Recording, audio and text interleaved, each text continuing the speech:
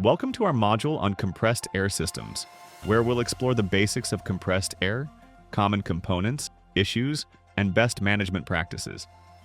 We'll discuss compressor and system efficiency, common places for leaks, how to conduct a compressed air assessment, and strategies for source reduction to lower air demand and costs. Compressed air, often called the fourth utility after water, gas, and electricity, is a form of stored energy generated on site.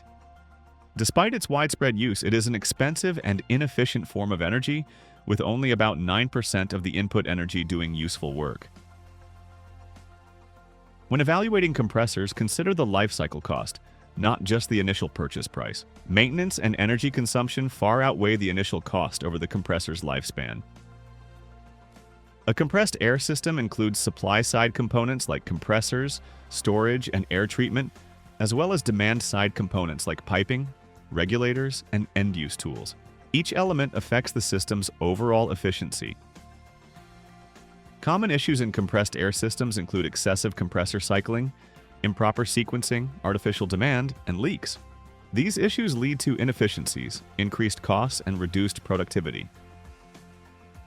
Excessive compressor cycling, where the compressor constantly switches between loaded and unloaded modes, can cause unnecessary wear and tear, high instantaneous power consumption, which can affect peak demand charges, and inconsistent pressure downstream at end-use applications. Proper storage, which is at least 5 gallons for every CFM of rated airflow on the trim compressor, can mitigate this issue. Control systems that can set and monitor pressure points can also make a measurable difference. When operating multiple compressors, use trim compressors with variable frequency drives, VFDs, and ensure proper sequencing. Proper sequencing will depend on plant operations, but in general, one should be fully loaded, and if more demand is needed, utilize a trim compressor with a VFD. The approach optimizes power demand and reduces energy costs.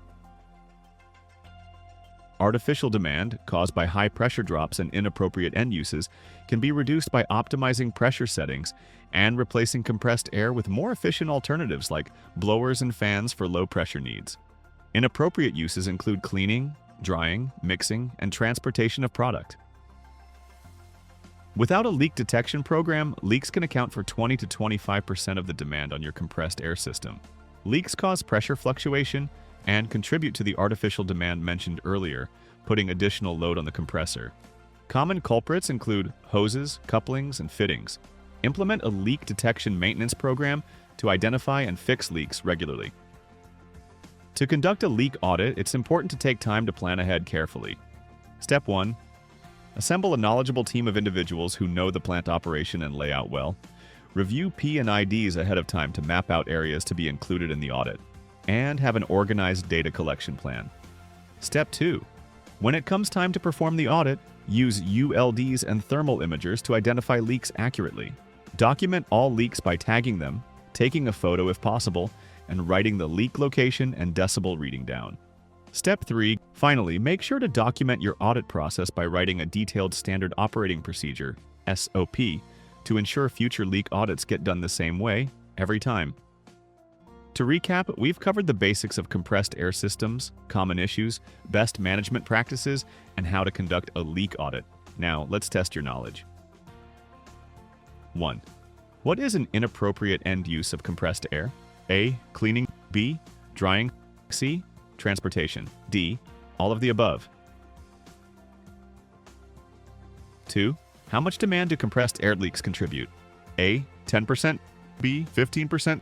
C. 20%. D. 40%.